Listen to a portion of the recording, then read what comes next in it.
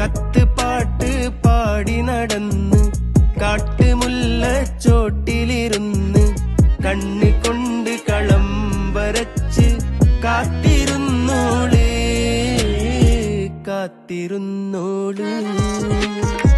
കത്ത് പാട്ട് പാടി നടന്ന് കാട്ടുമുല്ലച്ചോട്ടിലിരുന്ന് കണ്ണി കൊണ്ട് കളം വരച്ച് കാത്തിരുന്നോള് കാത്തിരുന്നു.